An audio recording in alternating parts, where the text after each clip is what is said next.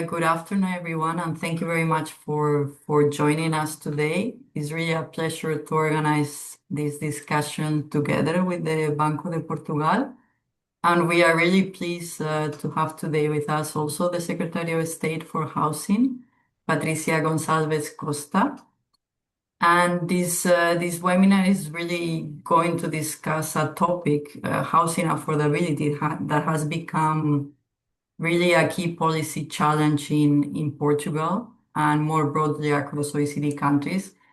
Because what we are seeing is a gap between, on the one side, the prices of housing, and on the other, the incomes that people have.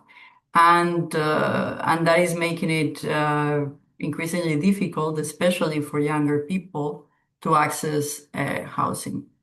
At the same time, we know that there are not really easy solutions. Expanding supply takes time. Demand remains quite strong in Portugal, and at the same time, policymakers also need to think about financial stability. So the question is just not only what to do, but also how to prioritize and sequence the different policy responses. And today, what we want with this webinar is to bring evidence to this question on housing affordability in Portugal. And we will start first with an OECD perspective on the key challenges and policy priorities that we see. And then we will hear from the Banco de Portugal. They are going to give us more detailed evidence. And then we are going to move to a discussion focused on what this means in practice for policy. Before we start, let me give also the floor to João Amador from Banco de Portugal, who is going to say also a few words. João, the floor is yours. Thanks. Thank you. Thank you, Aida. So I would like to start by thanking all of you online for attending this webinar. I send a very warm regard to colleagues at the OECD. We have been working together for many years in the service and in numerous committees. Thank you for taking the initiative to organize this webinar.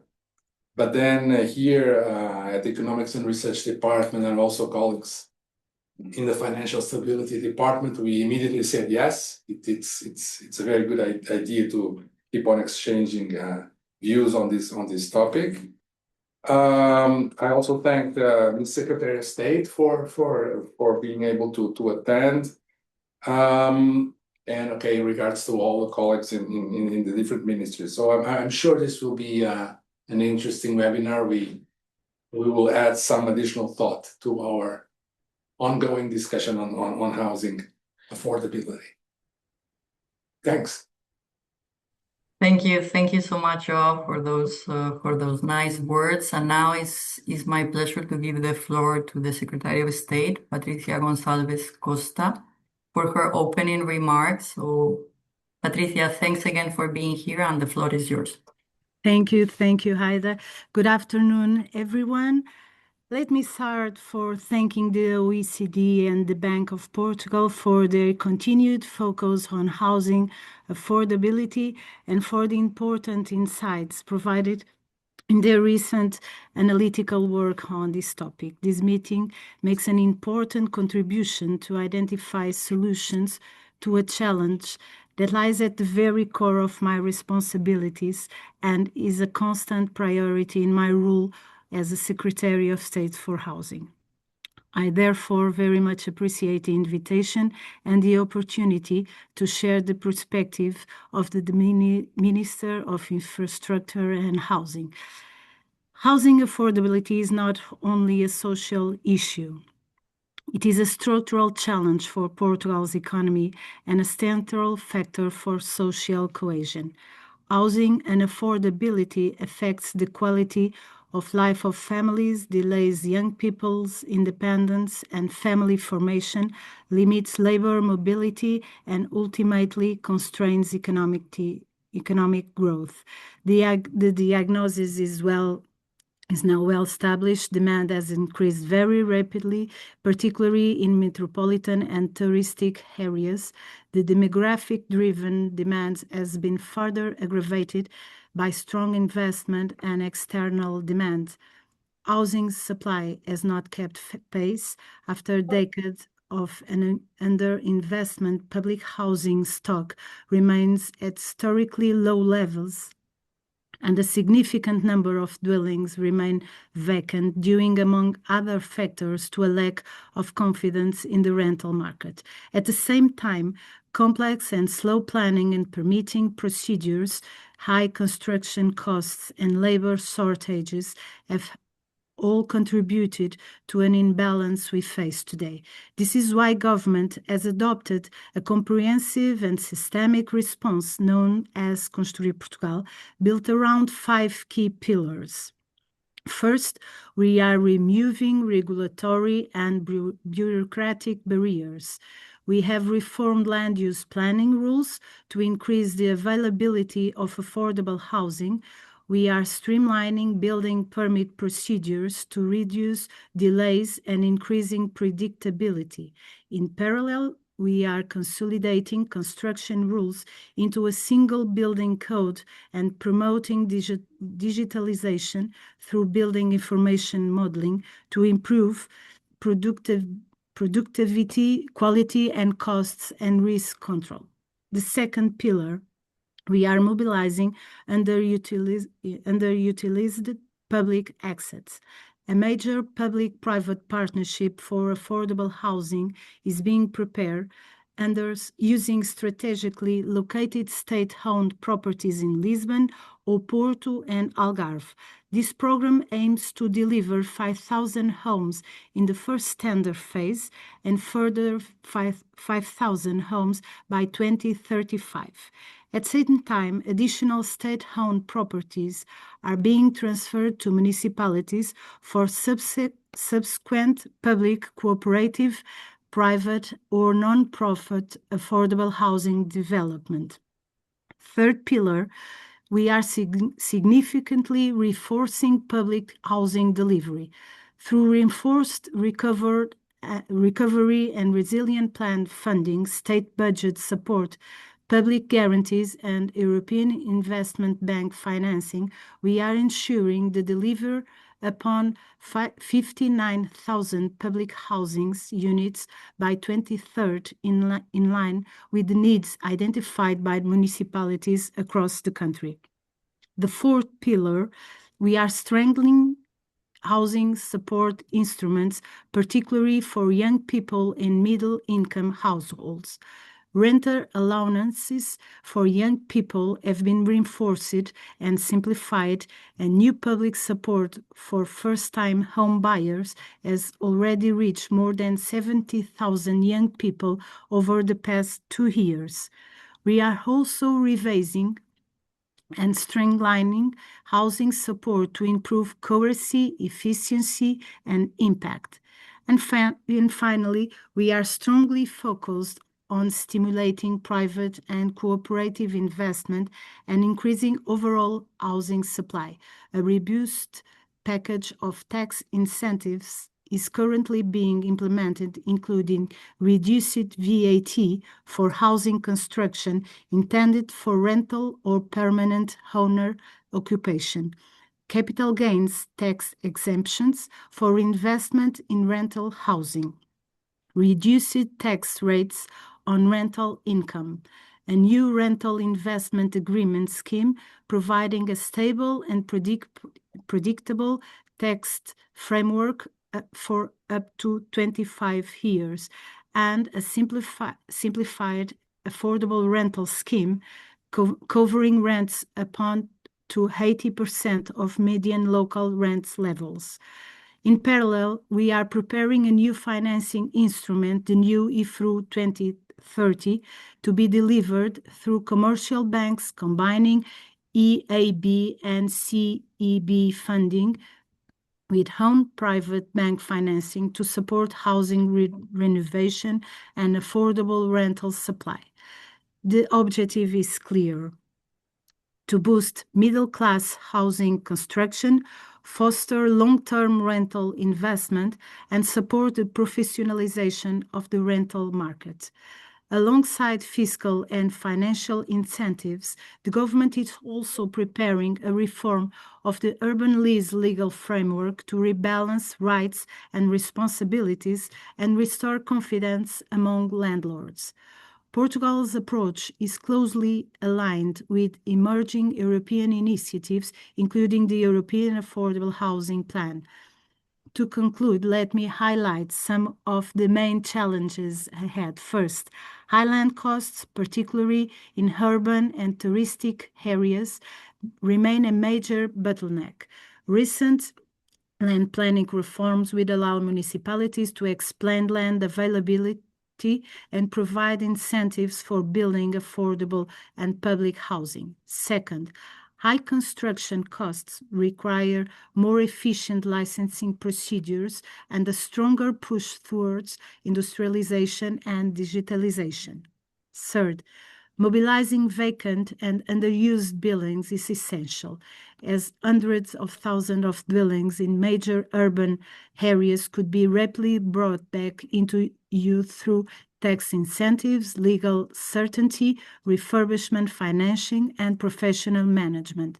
Number four, public support for vulnerable households remains crucial to preserve social cohesion while supply-side reforms take effect. And finally, number five, evidence-based policymaking is key.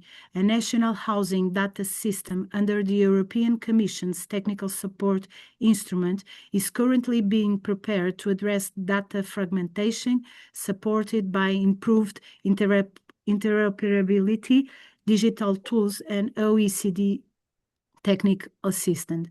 So these 5 topics are the main challenges we are facing in order to accomplish our public housing strategy.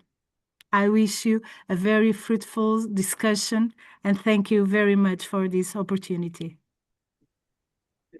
Thank you so much, Secretary of State, for those words and for really describing to us what is the housing strategy of the government and also highlighting a few of the challenges that we can go in depth in discussing during this webinar. And yeah, thank you. And now I would like to turn to the OECD presentation to Timo, who's going to present the chapter that we had on housing in the survey. Timo has been leading that work, so please, Timo, back to you. Thank you very much, Ada. So I'm going to share my screen.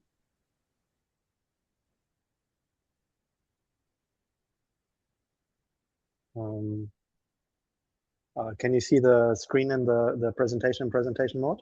Yes, not in presentation mode yet, so you need to put it in presentation mode, please. Okay.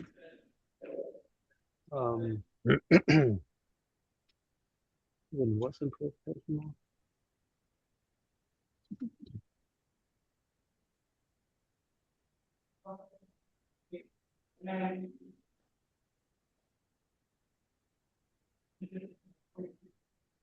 Can you see it now? No, not yet, but you can maybe. So it's at the bottom on the right. Okay. Try again. Sorry for the delay. We had a test that worked, but now it didn't work. So,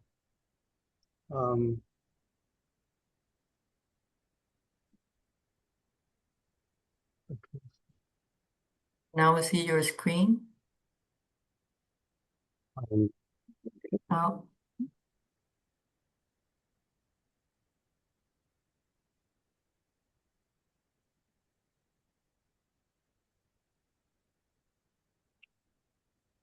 Let's try this.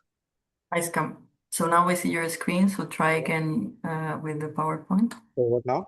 Now it's good. Perfect. Thank you, Timo. Okay, sorry for the delay. Okay, so thank you, Ida. So in this presentation, I want to give just a brief overview about some trends in housing prices, housing affordability since the early 2000s, and then talk about the key challenges that we have identified in the economic survey that was published in January this year. So talking first about housing prices, here in this figure, we see the house price to income ratio, and we can see two things. So first, since the early 2000s, there was actually a sustained decline in housing prices relative to income until about 2013. And then secondly, there was a turning point around this year where house prices really began to surge and to far outpace growth in income. And this growth has also been far stronger compared to other Euro area and OECD countries. So what has that done to housing affordability? On this slide, we see a measure for like a measure that's commonly used for housing affordability, which is the share of low-income households in the bottom quintile of the income distribution who pay more than 40% of their disposable income on rent and mortgage costs. And we see two things. First, since 2020, there has been a sharp increase in the share of households that has been overburdened by housing costs. But also, secondly, housing affordability has actually been low in the sense that the share of overburdened households has been relatively high compared to the OECD for most of the 2010s during a period which we saw on the previous slide when house prices to income were relatively low and were declining. So in the survey, we argue that the housing affordability challenge that has become more prominent in Portugal in recent years, as you can see by the sharp increase since 2020, reflects an interaction of longer standing structural challenges in Portugal's housing market with a rebound in demand starting from about 2013, reflecting several factors. So that housing supply, the responsive housing supply to the increase in demand was actually muted, and that led to the large increase in housing prices. So in the survey, we discussed several challenges and policy priorities. Let me talk about 4 of those now. So the first challenge is to reduce barriers to housing investment. So on this slide, we see 2 measures of the change in housing supply over the recent decades. On the left, we see housing investment as a share of GDP, and on the right-hand side, we see the number of new dwellings per capita that have been added since 2011. And what we see from both charts is that the response of housing supply to the increase in demand has been very muted, in that despite the large increase in housing supply and the really strong increase in prices, the increase in housing supply has been much, much lower compared to other OECD countries.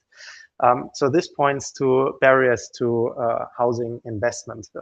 Among the barriers that are discussed in the survey are collapse in construction firms in the wake of the economic crisis, labor shortages, high and rising construction costs, difficulties to get buildable land, and importantly, regulatory barriers to construction. So let me talk about this about the regulatory barriers a bit more in this slide. So here we see a measure of labor productivity in construction relative to labor productivity in the total economy, which you can think of as basically differencing out any country-specific factors that would apply to all sectors equally. So, for example, regulatory barriers that apply to all sectors, or overall low productivity. So this really focuses on the difference between construction relative to the rest of the economy. And there we see that the labor productivity of construction in Portugal is indeed very low. So this points to regulatory barriers that are specific to construction. And in the survey, we find that building, like the processes to obtain building permits are lengthy and can be lengthy and complex and often vary across municipalities. So for this reason, the survey recommends to simplify and harmonize building and permitting procedures across municipalities and to strengthen the enforcement of tacit approval rules. In the survey, we also discuss spatial planning, which is a complex topic. So in the interest of time, let me just say that the survey recommends to conduct a comprehensive review of spatial planning rules. Now, the second key challenge is to use the housing stock more efficiently. So let me talk first about some evidence for the potential to use the housing stock more efficiently.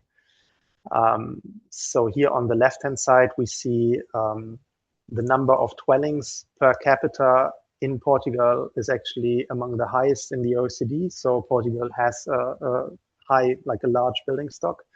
At the same time, housing affordability is low. And this may be explained by what we see on the right-hand side, that a high share of dwellings is not used to meet primary housing needs. These houses are either vacant or only used seasonally.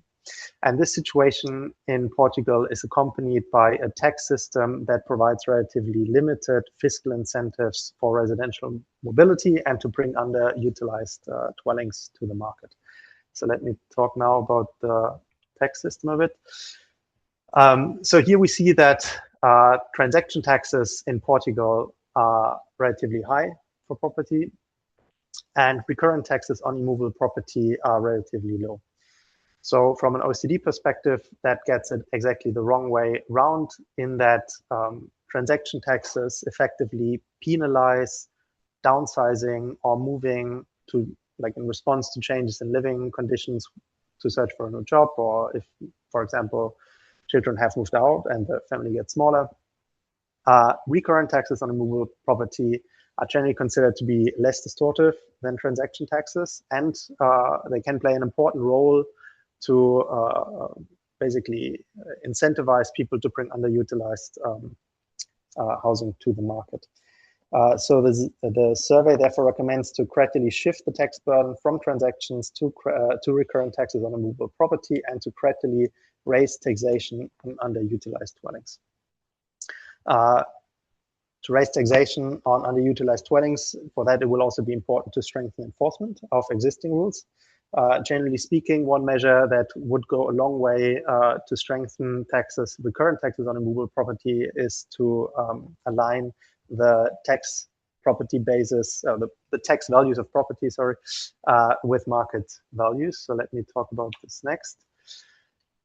So in this slide, we see the gray line is basically the nominal house price index normalized to 100 in 2013, and the dotted line are revenues from recurrent taxes on immovable property, also nominal terms, also normalized to 100 in 2013.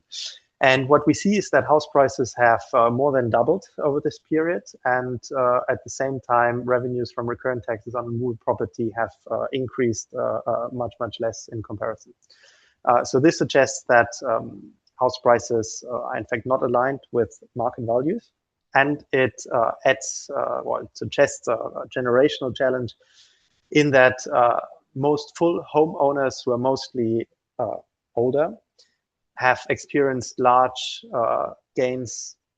wealth gains, which are largely untaxed, while at the same time, younger people find it much more difficult to get on the property ladder because of the high house prices.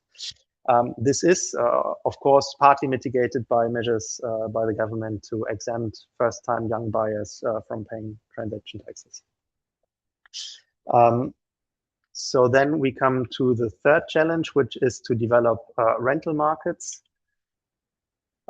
Here we see that the rental market in Portugal is indeed relatively small, and this likely reflects a legacy of very strict rental regulations in the past, with specifically those contracts up until 1990.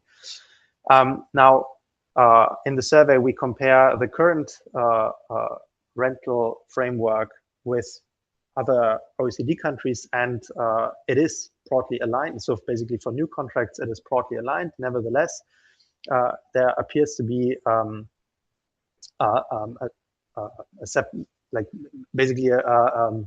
separation, in the sense that people who have recently signed a rental contract tend to pay much higher rent. At the same time, policy uncertainty appears to deter investors. So for that reason, we recommend to revise rental regulations to create a unified and stable framework that balances landlord and tenant rights and strengthens investor confidence, including by considering to commit to a moratorium for new legislation to signal regulatory stability.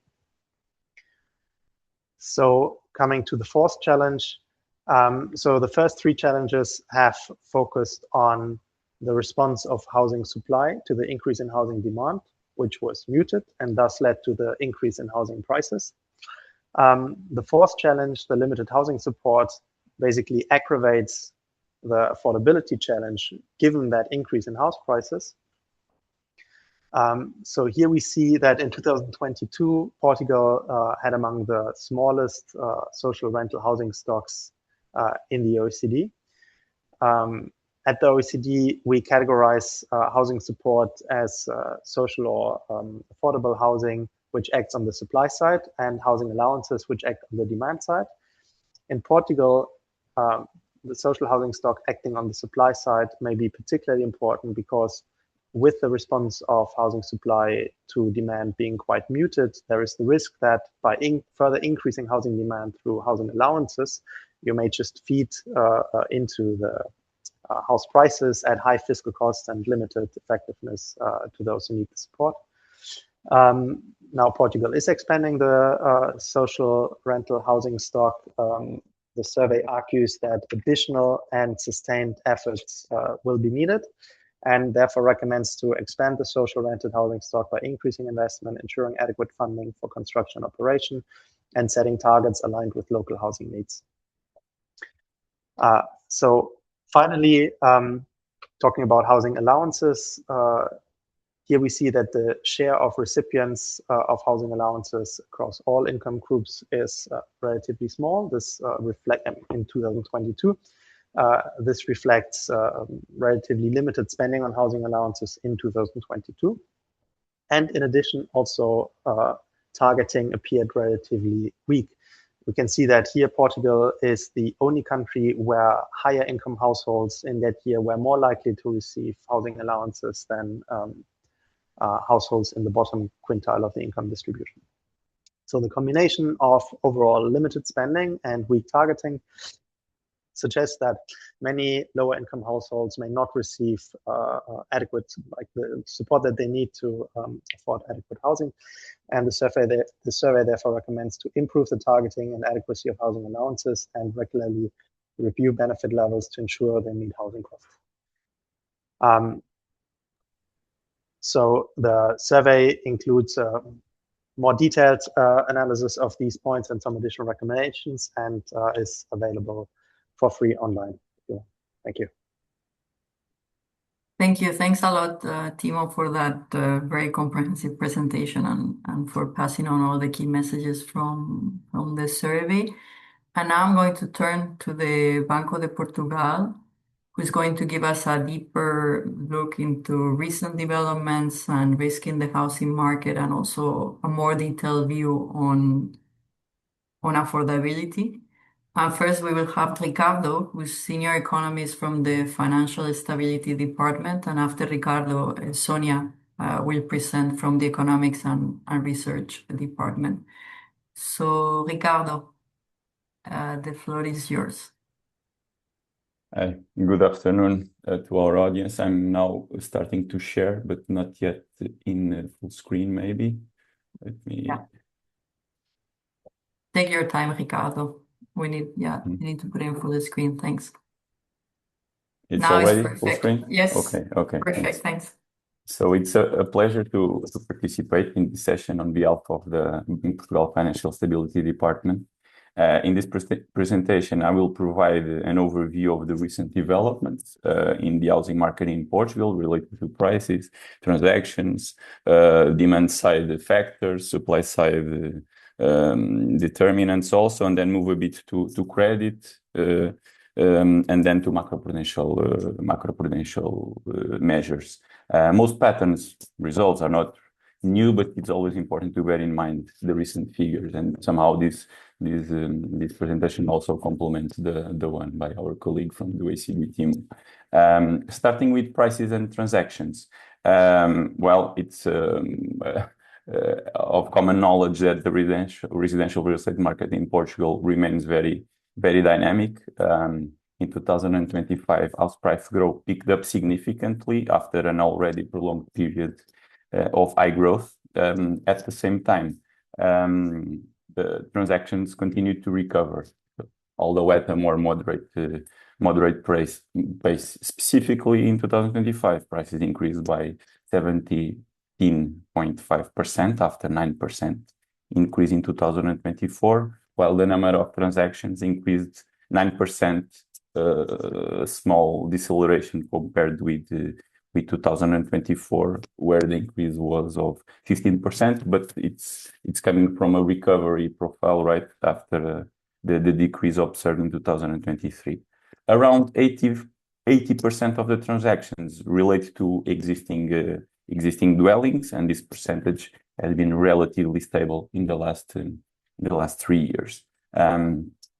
House price growth has been strongest in the main urban areas and along the coastline, areas with higher population density, more economic activity, and stronger tourism intensity. Between 2016 and 2024, the Lisbon and Oporto metropolitan areas, the coastal strip of Alentejo and the Algarve recorded the strongest increase in prices, here measured as the median value of dwellings per square meter. If we abstract from some outliers, some municipality outliers, this is visible on the chart on the left, where we plot this accumulated growth in median transaction prices. If we look into a more recent period, it is also interesting to note, for example, from 2021 to 2024, we see a slightly different pattern. As prices reach very high levels in some municipalities, darker shaded areas are moving a bit from major urban centers to their outskirts, reflecting some trends of special contagion and also new areas of demand. In the housing market developments in Portugal also outstands in an international context, as Timo also already showed.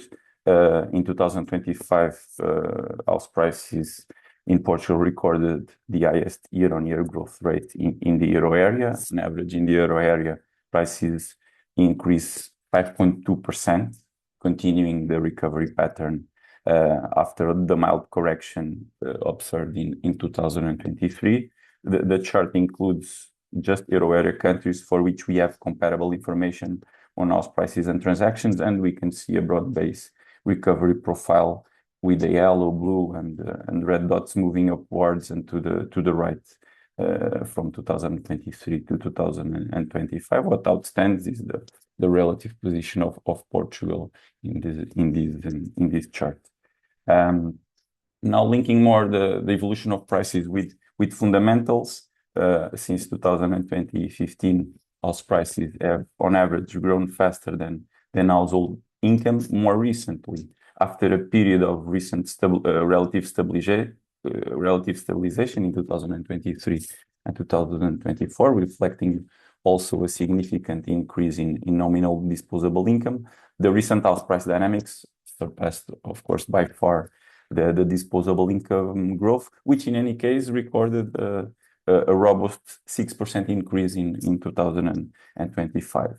Overall, overvaluation models that include other type of macroeconomic and financial fundamentals continue to suggest that prices are above their theoretical equilibrium values, or that the probability of a significant correction is low. That said, given the uncertainty of the models and the limitations, these estimates should be interpreted with some caution. In this slide, we present, just for illustrative purposes, the results of a house price at risk model for Portugal developed at Bank of Portugal.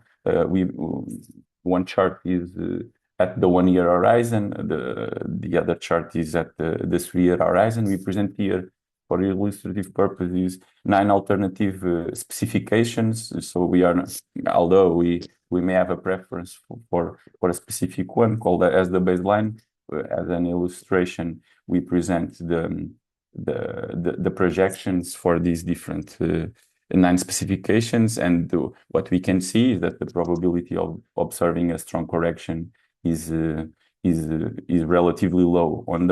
the 1 year horizon, the house price at risk 1 year ahead is close to 3%, and this is the percentile 10 of the distribution. So there is a 10% probability that the price growth will be less or equal than 3%, and this is already in real terms. I forgot to mention. Over a 3-year horizon, the estimates are slightly different. There is a 10% probability of a fall in prices of more than 1.5% in real terms. So if we were expecting significant correction, the first quintile of the distribution should deliver very different figures than we are observing now. Turning to supply side drivers, and starting with construction costs. In 2025, construction costs increased close to 4%, slightly more than in the previous year, but not that significant, mainly reflecting the higher labor costs. Over a longer period, since 2015, for example, construction costs in Portugal increased by close to 50%, also influenced by the sharp increase in material costs in 2021 and 2022. In the surveys to construction companies, the main constraints identified to their activity are, in fact, labor shortages and, to a lower extent, obstacles related to the issuance of building permits, which in any case seem to have eased in the recent period. And actually, the figures for building permits in 2025 show a significant increase of 14%, possibly reflecting already the impact of some government measures that have been adopted to speed up the licensing procedures.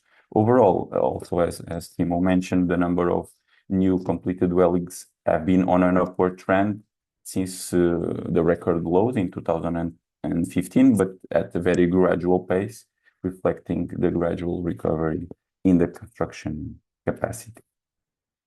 Now shifting the focus from the supply side to the demand side, one has to highlight the important role of the foreign buyers, reflecting their growing share in population, but also relevant non-resident or investment by non-residents. On the chart on the left, we present the breakdown of housing transactions by tax residency and by origin of the buyer, in this case, Portuguese versus non-Portuguese or foreign. In 2025, foreign buyers accounted for 28% of housing transactions in Portugal, which corresponds to the sum of the blue bar, the foreign residents, and the red bar, the foreign non-residents. As a reference, since 2019, this share has ranged between 23% and 31%. The maximum was in 2023. The chart on the right shows the dynamics of the resident population that grew by an average of 1.1% per year between 2022 and 2025, which is also quite significant and reflecting the significant migratory flows.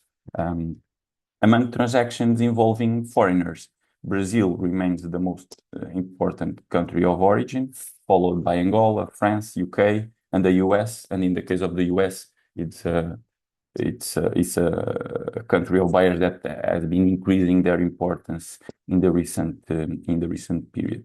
For most countries of origin, the value of transactions involving foreign buyers is significantly higher than the average value of transactions involving Portuguese buyers. And this difference is particularly pronounced in the case of non-resident foreigners. When we compare non-resident foreigners to resident foreigners, there is the gap is more significant.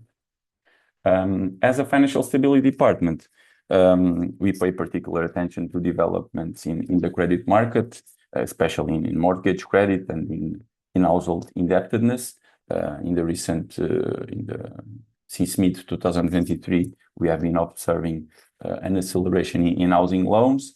Specifically now in 2025, we saw an increase in new mortgage lending of 34%, supported by the evolution of interest rates, the reduction in financing costs, of course, the higher disposable income, and also the measures to support housing purchase by young buyers, namely the state guarantee on mortgage loans. In particular, these loans accounted for 27% of the amount of new credits granted in 2025, reflecting these buoyancy in housing loans. The credit intensity of house purchase has increased. This credit intensity, we proxy it by the ratio of the value of new mortgage loans over the value of housing transactions, and this indicator has been increasing since mid 2023, reaching 54% in the last quarter of the year. It's still but still below the levels observed before the sovereign debt crisis. In addition, the household income, the household debt to income ratio is also a very important indicator for financial stability purposes, as reversed the downward trends observed in the last decade and a half, and rose a bit in 2025, reflecting this buoyancy in housing loans that are still below the euro area figures. Now turning more to the prospects of risk materialization. Although mortgage loans represent a significant share of banking sector assets, 20% of total assets are mortgage loans, the impact of a potential correction in house prices is expected to be limited. Maybe for the sake of time, I will skip here a bit, but we have this distribution of LTV and joint distribution of LTV and LSTI, which shows a relative benign picture, with 87% of mortgage loans having an LTV below 80% and an LSTI below 40%, which are typically used as reference values in terms of risk. The macroprudential measures, borrower-based measure adopted by Bank of Portugal in 2018 also contributes to this benign situation, and the capital buffers also in place provide additional resilience in case of a price correction. And this leads me to the final slides on the macroprudential measures. Bank of Portugal has adopted several macroprudential measures since 2016. Banks are required to maintain capital buffers, capital conservation buffer, other systemically important institution buffer since 2018. More recently, the sectoral systemic risk buffer and the countercyclical capital buffer. These two ones were a bit more targeted at house price related risk. And in addition to that, or more important to that, macroprudential recommendation introduced in 2018 set limits for new credit to consumers, with a particular focus on mortgage and consumer credit. This is just an overview of the limits and the requirements the macroprudential recommendation imposed, and the aim of the different limits. I'll skip it and go to the final slide. That is precisely the link between the macroprudential borrower-based measure and the affordability challenges. The macroprudential recommendation, mainly its limits, have improved the risk profile of the borrowers and enhanced the banking sector resilience.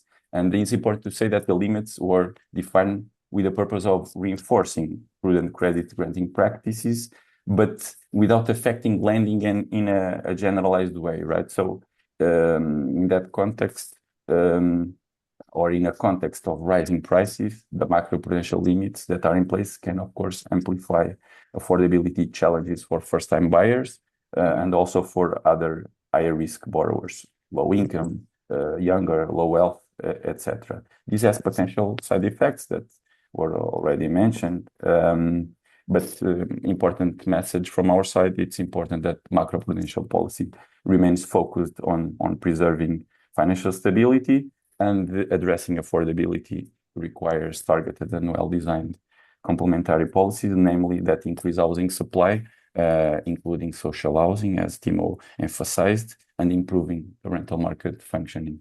And with this, I finish my presentation and pass to Sonia. Thanks.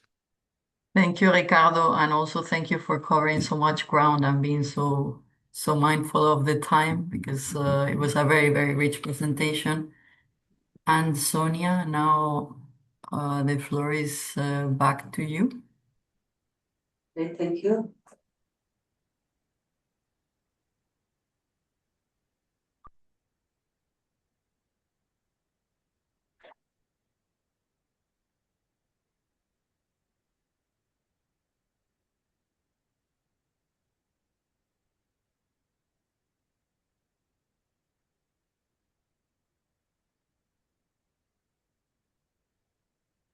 Sorry.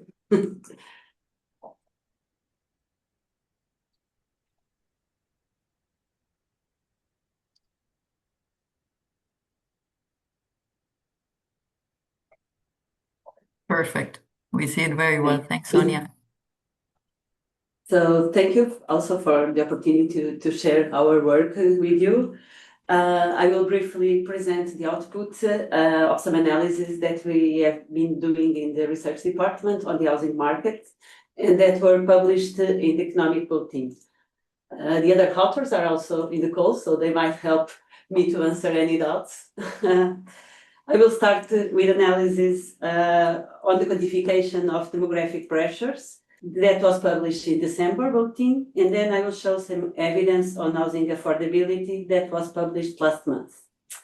Both analyses are conducted not only at national level, but also at municipality level, which is of course motivated by the regional segmentation of the housing market. So this first chart shows the evolution of number of households living in Portugal, which is the same that saying that it shows the evolution of the number of main residences. And we can see in the yellow line that the number of households has always increased over the last 45 years, but at a different rate over time. The greatest growth was between 91 and 2011, when the number of households increased on average 47,000 per year. And this was mainly due to the reduction in household size from 3.4 individuals in 81 to 2.6 in 2011. Then in the following decade, there was a deceleration in the number of households. The natural balance became negative and the net migration declined, which to some extent was associated with financial and sovereign debt crisis. And then in the most recent period, as Ricardo already referred, the number of households accelerated again. It increased by 36,000 per year. And this was due to a very positive net migration that more than compensated the negative natural balance. The previous data on the number of households shows the demographic pressures on the demand for housing as main residences. And this chart now focuses on the evolution of the supply of housing. The yellow line shows the change in the total number of dwellings. And on average, the number of dwellings increased by 82,000 per year between 1981 and 2011. Then, in the following decades, which includes the financial and sovereign debt crisis, there was a sharp deceleration in the supply, with the number of dwellings increasing only 11,000 per year. In the most recent period, the supply recovered, but it remained much less dynamic than before the financial crisis.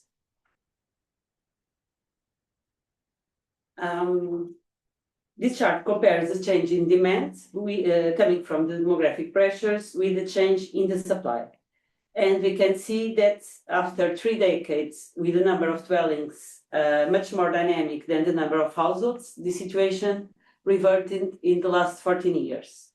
The increase in the number of households exceeded the increase in the supply by an average of 4,000 between 2011 and 2021, and by an average of 14,000 in the most recent 4 years.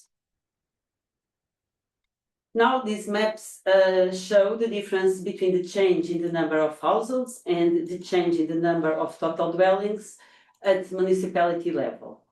And you can see that in the period from 81 to 2011, there are no municipalities in red, which means demand was everywhere increasing less than supply. Then in the decade from 2011 to 2021, 34% of municipalities are red, and in most recent 4 years, about half of municipalities are red. And these regions with higher demand pressures are located mainly on the coast. As we saw before, the current shortage of increase in the supply in the face of growing demand came after several decades of the opposite situation. So this originated a high number of secondary and vacant dwellings in Portugal. According to the census data of 2021, 18% of the dwellings were secondary homes and 12% were vacant dwellings. So these vacant dwellings can potentially be used to meet demand pressure if they are sold or placed on the rental market, and of course if they are located in the regions with the higher demand pressures. Thus, to evaluate the slack in the housing markets, these maps show the percentage of vacant dwellings that exist after subtracting from the ones in 2021 the difference between the increase in demand and supply in the period from 2021 to 2024. And in the left map, we have used all the total vacant dwellings, while on the right, we consider only vacant dwellings classified as available for sale or for rent.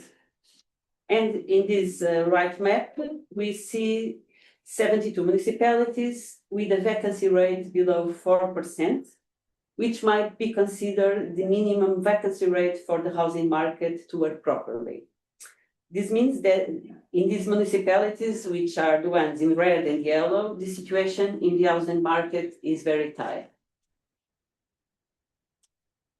Now turning to the housing affordability, in this analysis, we have computed the debt service to income ratio for a representative household that each period decides to buy with credit a house of a medium size and with a medium price per square meter.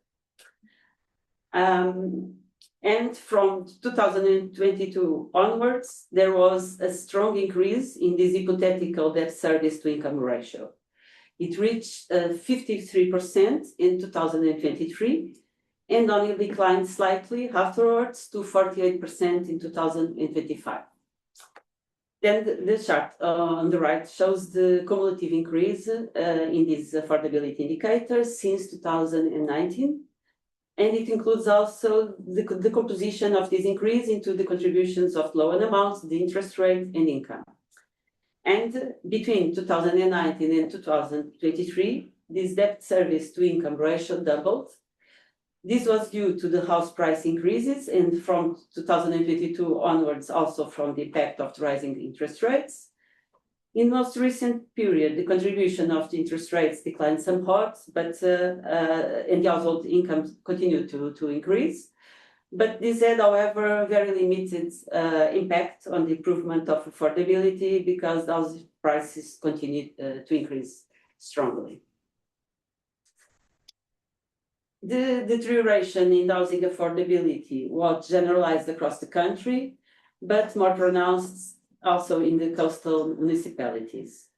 While in 2019, the hypothetical debt service to income ratio exceeded 40% in only 9 municipalities, in 2023, that is the latest data we have at municipality level, it was above 40% in 104 municipalities, which means in 1/3 of all municipalities in Portugal, this hypothetical debt service was exceeded a level considering reasonable normally in the literature.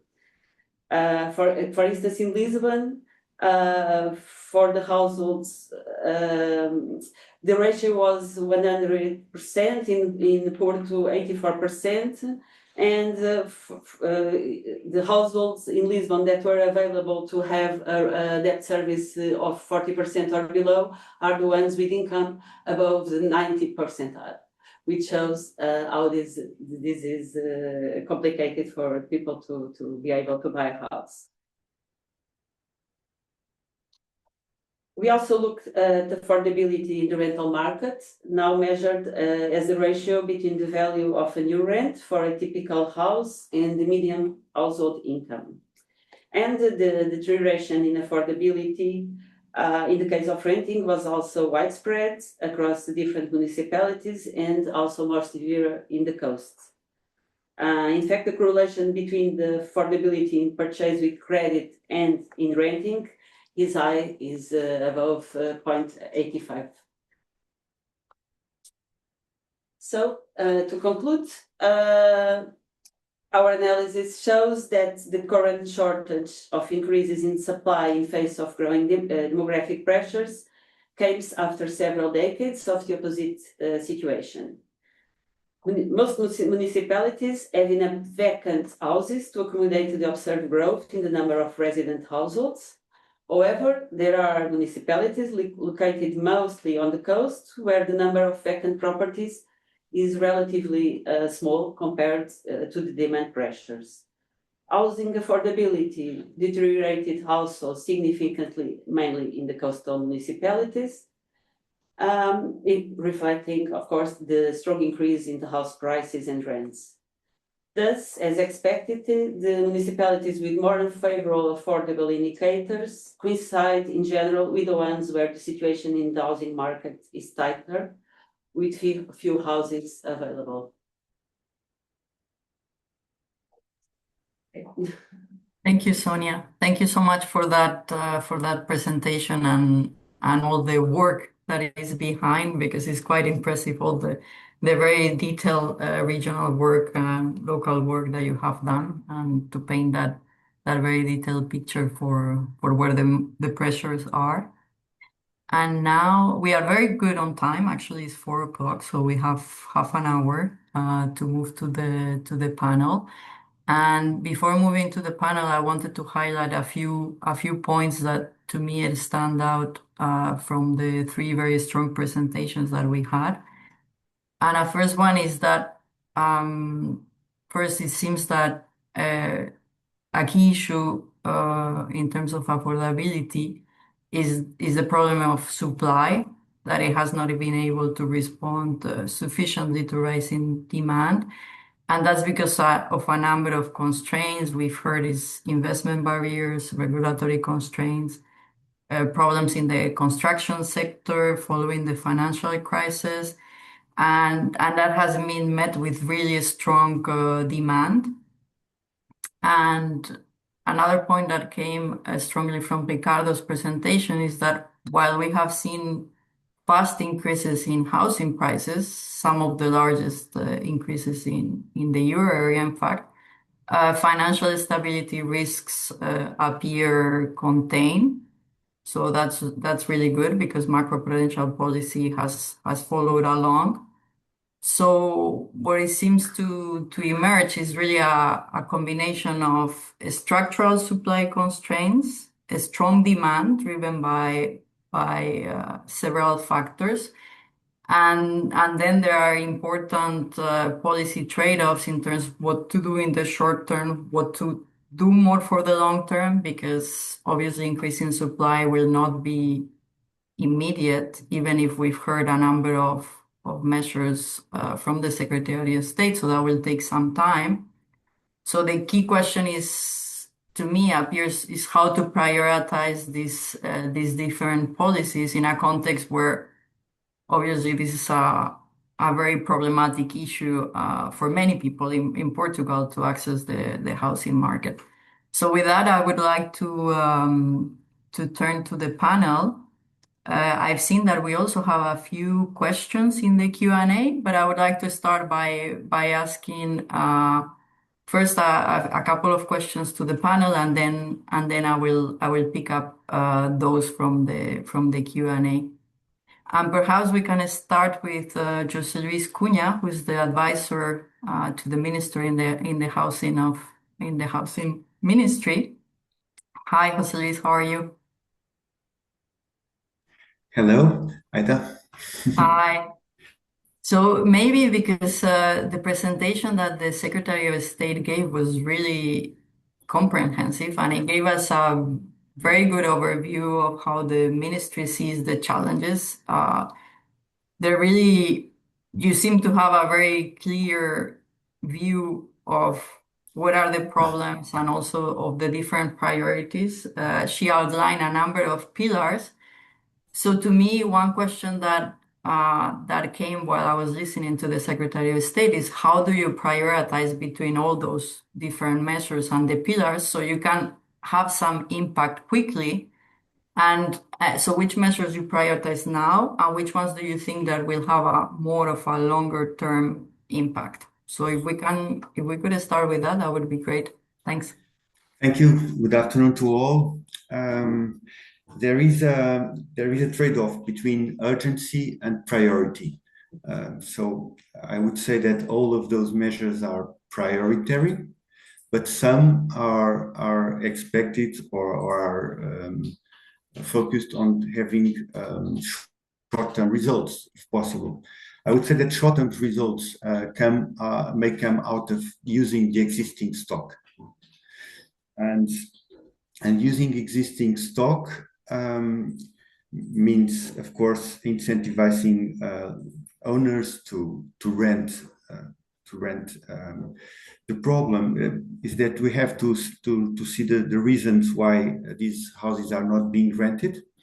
And also we have to be reasonable about our expectations about the amount of stock that is we expect to be released. As we have just seen in the most pressured areas, probably the share of vacant stock is not so big as expected, though in general it is relatively big. And therefore, reasons. First, of course, lack of confidence in the rental market. We have been identifying it as a main reason. There is even a study about that, which is called Why Houses Remain Vacant. It was made in Portugal recently. And of course, there is some confidence that has to be restored in the rental market. There are changes in the law being prepared for such purpose, but of course, confidence takes time to be restored. Another factor that is behind the vacancy is the cost of refurbishment and renovation. And because we have a very dispersed ownership of the housing stock, and therefore small owners may face difficulties. They are more exposed to the risk of non-compliance of a tenant, and they also are less capable of doing a professional management of the assets, and they have limitations on credit and credit taking, so on taking loans. And so these are the areas where we are trying to find solutions to provide this kind of microcredit for small owners, for instance, and credit for renovation under the through 2030. That is also an important issue. And of course, the other that's more an appealing measure was the tax reduction for all rental contracts, housing rental contracts. So there was a very strong tax reduction with a very high or relatively high rent cap to involve all possible rents within the middle class range up to 2,300 per month. And the idea was to unblock and to attract owners to rent their homes. So these are the first basic responses. Thanks a lot. Thanks a lot for that. And maybe because I had a question regarding taxation that I wanted to ask to Timo, and your point now about these incentives basically for owners to rent out their property gives me the perfect landing for that question that I wanted to ask to Timo. And one of the things that came up in the OECD analysis is the role of taxation and how important it is to encourage a better use of the housing stock. Because as you showed in Portugal, Portugal stands out compared to other OECD countries in terms of how much taxes are, how much is levied on being an owner of a home, and that's relatively low.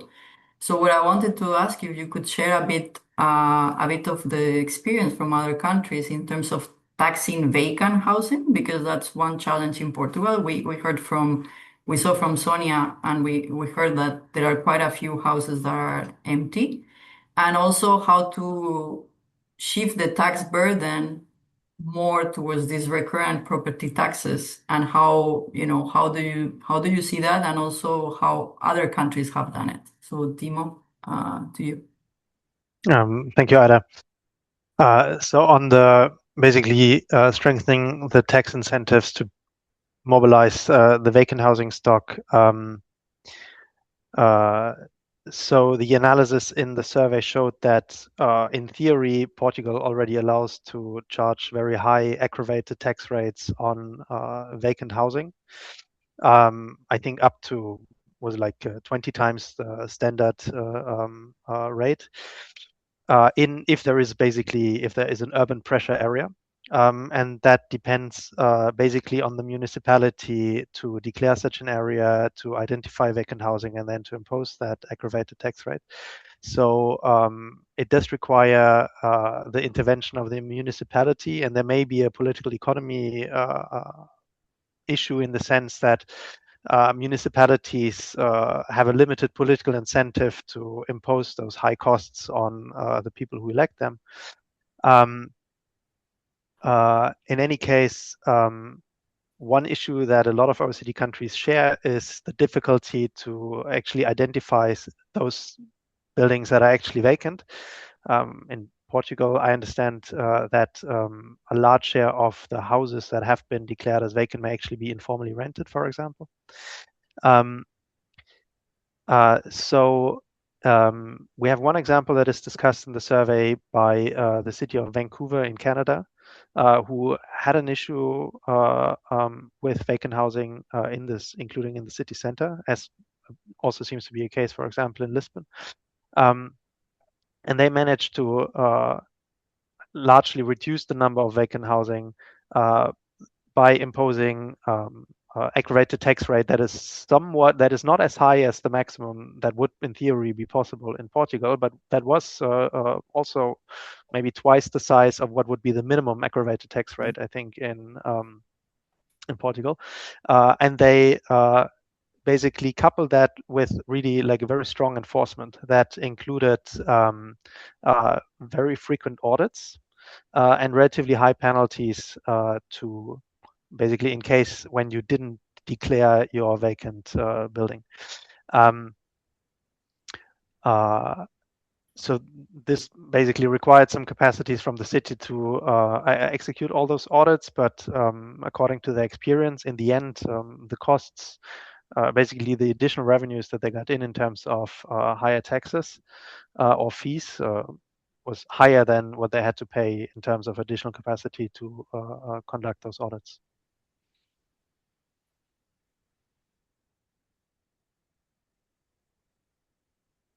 Thank you, Timo, for this answer.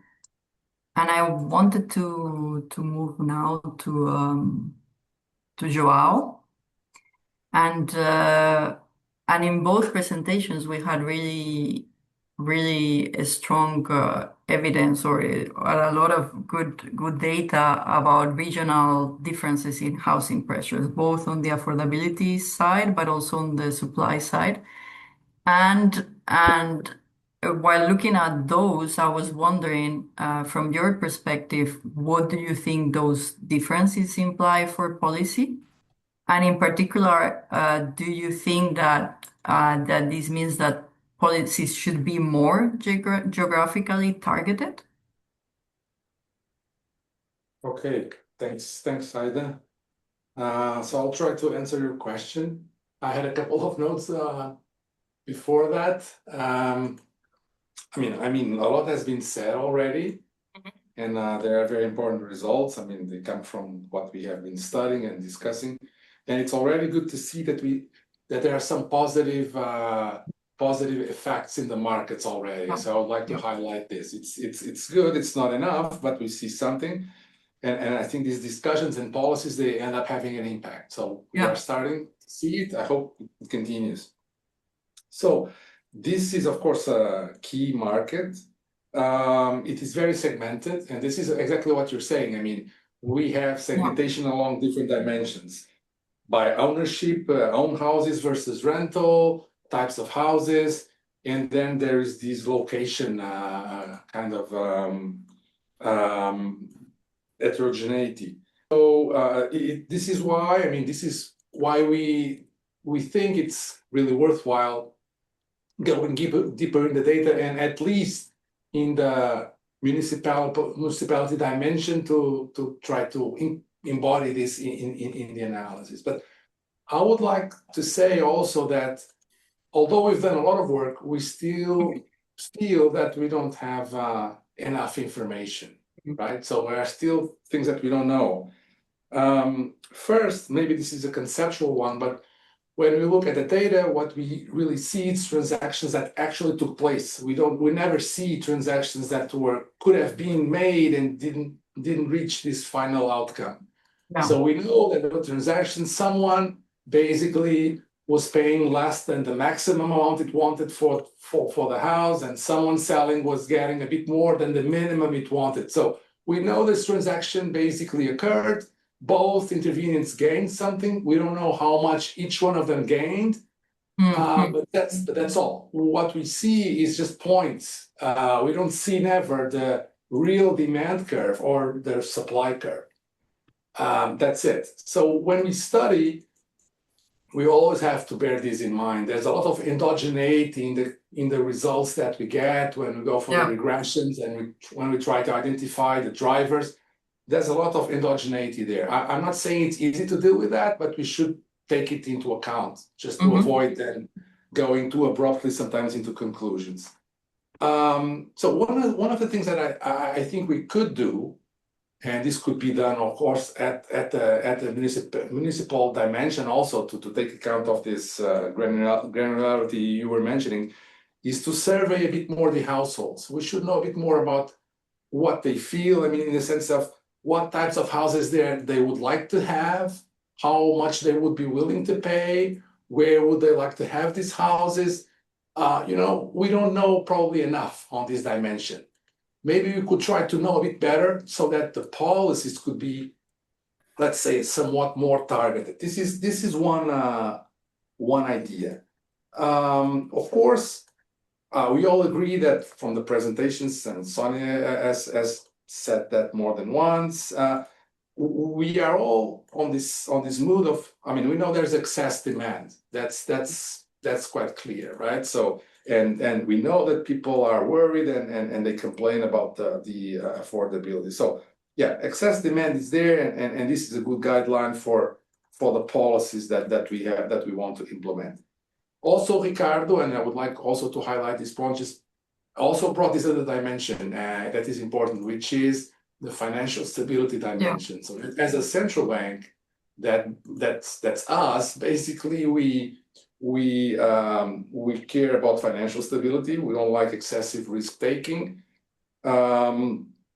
So basically, when we think about this policy, just make it easier for agents to have access to easier borrowing conditions and all of that. This is good. Okay, we realize, of course, this is a point. But then these buyers have to be able to pay the houses later on, even if they face a negative shock on their income. So we walk a thin line as a central bank. We want to make sure that financial stability is in place, and we also care about the affordability. But from what we see in the data, it looks like we are doing a good job, because we see no financial stability risks emerging, and still, I mean, there's this room for the support that has been given up to now. So this is again a nice outcome. Okay, so the best approach in terms of kind of policy, it's exactly what I think what we have been doing. I mean, the Secretary of State has mentioned this, and I think we all agree it's to try to expand supply, either to build more houses at the same price that we have, or basically to have the same houses that we are building being sold at a lower price. So one way is to reduce the cost of construction, and a lot has been said, and these things are producing the results to reduce these barriers to construction. Probably also to try to bring down the cost of land. That is a major cost when you think about the construction sector. This is important to have enough workers, specialized workers in the market available to work in this sector. It's also important to bring in new technologies that make it cheaper to build. And here there's an item that we don't discuss too much because it's hard, which is this idea about the overall set of regulation that has to be complied with when you build a house, right? So nowadays it's really demanding. I mean, there are lots of requirements, energy, safety, I mean, many. I'm not saying they are not useful. Of course they are useful, they are needed, but then we have to reassess if there are some of them that we could actually take away that would make prices a little lower. I don't know if there are, but I know that some countries are going along this path. They are kind of reviewing the legislation regarding the requirements that are needed for new houses. This is notably the case in Ireland. Another thing that people don't discuss much, and I don't know if this is an issue at all, which is competition. Okay, do we have competition in this sector or not? It's not easy to check, but we should care about it, because if we don't have enough competition, this is a barrier. It is easy for new firms to enter. Foreign firms can enter easily. How burdensome this is, I don't know. I don't have an answer. Just an issue that I think we should probably, if we want to add something to the discussion in the future, we should go along these lines. If you see some houses that are being sold that are brand new, they are to be put in the market, they have a price, but then months go by and the prices don't go down, this means something, right? Because in a normal market, you would see someone else building a similar house and selling it at a lower price. So if we see this kind of patterns, this raises some issues. Then it's never too much to highlight again what Luis mentioned about the rental market. So I totally agree. We agreed in Paris also when we were on discussing the survey. It's important to guarantee that there is that the house owners, they feel safe about the market, and they know that they shouldn't have a fear of facing lengthy and expensive legal procedures before evictions take place. And I think that as it has said, Luis has said, it's still pretty much ingrained in people's minds in Portugal, this kind of fear. So that's why you see so many houses that are not in the rental market, but that they could be there. And these things take a lot of time to change this kind of attitude. It takes time because credibility takes time to be put there. So we've had a progress when we had this economic and financial stability program in Portugal. The law was changed. There were pretty much more deregulation, but then there was some exceptions introduced. This was partially backtracked. So I think we still need to make further effort to give this kind of additional confidence to those that have houses and that are afraid of putting them in the market. But as we've just heard, this is being prepared, which is very good, because nothing is more harmful to trust and investment than the non-guarantee of property rights, right? So this is well known. I don't know if there are other policies like creation of kind of rent insurance, if this could help or not. And by the way, this does not mean that we are not kind of paying attention to the most vulnerable. It is not necessarily this. I mean, the most vulnerable must be helped, but in the right way. And the right way is through kind of targeted public programs, and not being helped through this kind of distortion in the rental market. So, and this is why we should be careful with the taxation thing. So if we don't have these two things in place, then the taxation can cause, if you try to push people into the market without this safety being there, and just through the taxation mechanism, you could kind of raise tension that then backlashes, and then we don't have the desired outcome. So all in all, I think we should know a bit more about the demand. Of course, we have to reduce the costs of construction, probably more competition, I don't know. And we need a lot of more trust in the rental market. And we should decide if we want many small measures, kind of small ones, or lower set of measures, but more intense. We need to be consistent. We need to reduce uncertainty going forward. Sometimes we try to solve, so we keep on changing things, and then we add just some sort of a regulatory instability that does not help. And we need to communicate these things properly. This is also very important for the population to know what to expect, and for investors to know what to expect. Maybe I didn't answer to your question either, but I thought I had these other points to make. So this would be my Thanks. Thanks a lot, because also thanks a lot for that very comprehensive question, because another follow-up question that I had for you that you answered on your own was reflecting on the point that the Secretary of State made about the need for further data and analysis, and you very neatly pointed out at the areas that need a bit more research. So that was very, very thankful. That was very helpful. And now I would like to pick up a question from the Q&A, because we have a lot of people online, and what I'm going to do, because we don't have that much time, is I'm going to combine a few questions into one for Jose Luis, because there's quite a few questions on how to increase the public stock of housing, or how to increase the sort of affordable housing that is, supported through the state. And I think that was the pillar number 3 that the state secretary pointed out. And here there are a couple of questions. So Carolina asks, how can the government effectively put to use the vacant public property?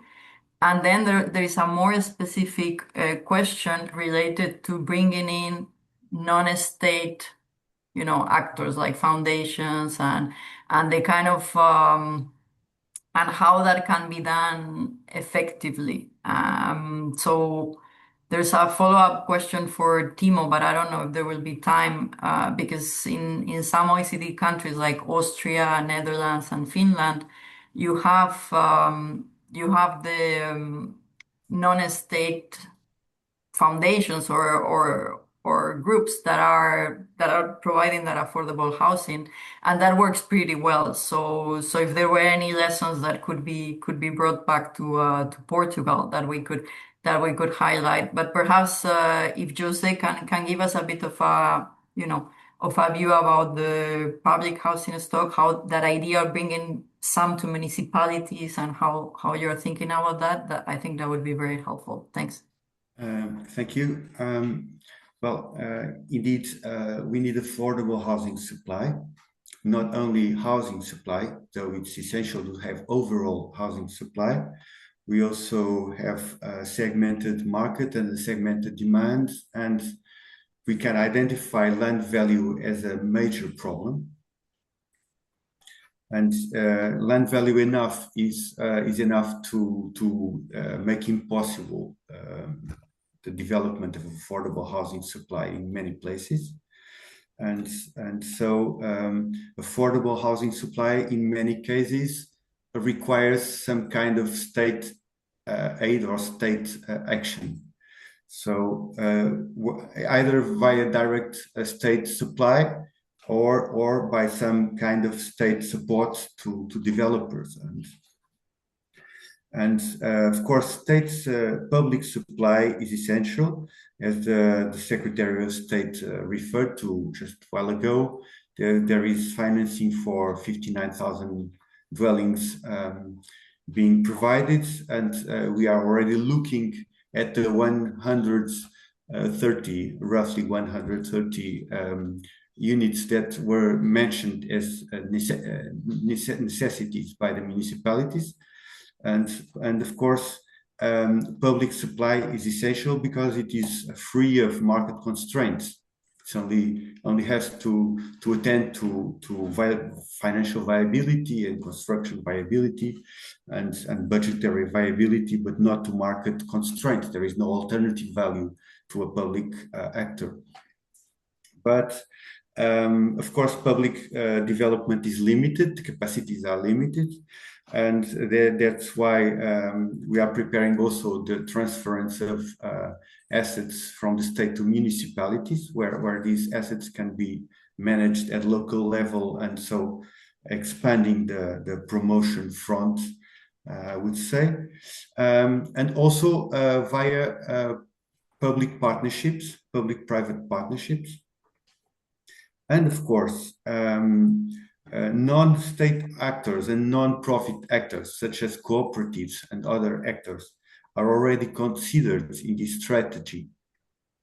They are already considered in the financing to social and affordable housing, and they will be considered. They are expected to be considered also in the development of state assets or public assets. Municipalities already are working with cooperatives, some municipalities. So assets that are transferred to municipalities can then be disposed, made available for cooperatives, for instance. But when we are talking about, for instance, public-private partnerships, we are looking at strategic assets that have dimension to attract investment. And in this case of major assets, we need really also major developers to bring costs down and to attract investment to this sector. But of course, support to cooperatives is not at all excluded in the strategy. I don't want to take time. Actually, we are getting to the end, but it's important to trim policies according to local context. And that's the case for vacants, for instance. Lots of vacants are secondary homes and would not be useful as main residence. And so that's just one example, just as short-term rentals, the same. So municipalities have to be aware of their capacities and have also to acknowledge that housing is a problem even for their own voters. That's the advantage. Like there is a municipality in Oeiras, for instance, that already increased property tax, and it received criticized from everywhere. Just to give you this example. Well, thank you. Thank you. Thanks a lot, José Luis. I don't know if Timo, you want to say a couple of words quickly, or? I mean, just in the interest, Yes, well, please. very quickly. So indeed, in Portugal, most of the social housing is supplied by municipalities and to some extent by the national government. There are some OECD countries, as discussed in the survey, which have a different model. Or Austria, for example, has a very large social housing stock, accounting for about more than 20% of dwellings, I believe. And there, non-profit or limited profit suppliers play a more important role. The way they seem to have achieved this is through so-called revolving funds. So there's an initial public support to build the social housing stock, and then basically the revenues that are being made from renting that out are being reinvested. There's a limit to what can be paid out to shareholders. That's just one example from Austria, basically. I'll leave it here. Thank you. Thank you, Timo, for explaining that case for Austria. So we have come to the end, and this has really been a very, very rich discussion with a lot of evidence. I would like to thank first of all our presenters, because they really brought a lot of evidence that prompted many questions, not only for now but also in terms of research for the future, and also to José Luis and Joao for very comprehensive discussion in the panel. And to all of you who connected online, this has really been excellent, and I hope that we can organize more in the future, because this is a problem that will stay there for a bit of time. So we need to keep reconvening to discuss and to identify how we can address the problem of affordability in Portugal. So thanks a lot, and wishing you all a very good afternoon. Take care. Bye. Thank you. Thank you. Thank you. Good afternoon. Thank you. Thank you. Bye.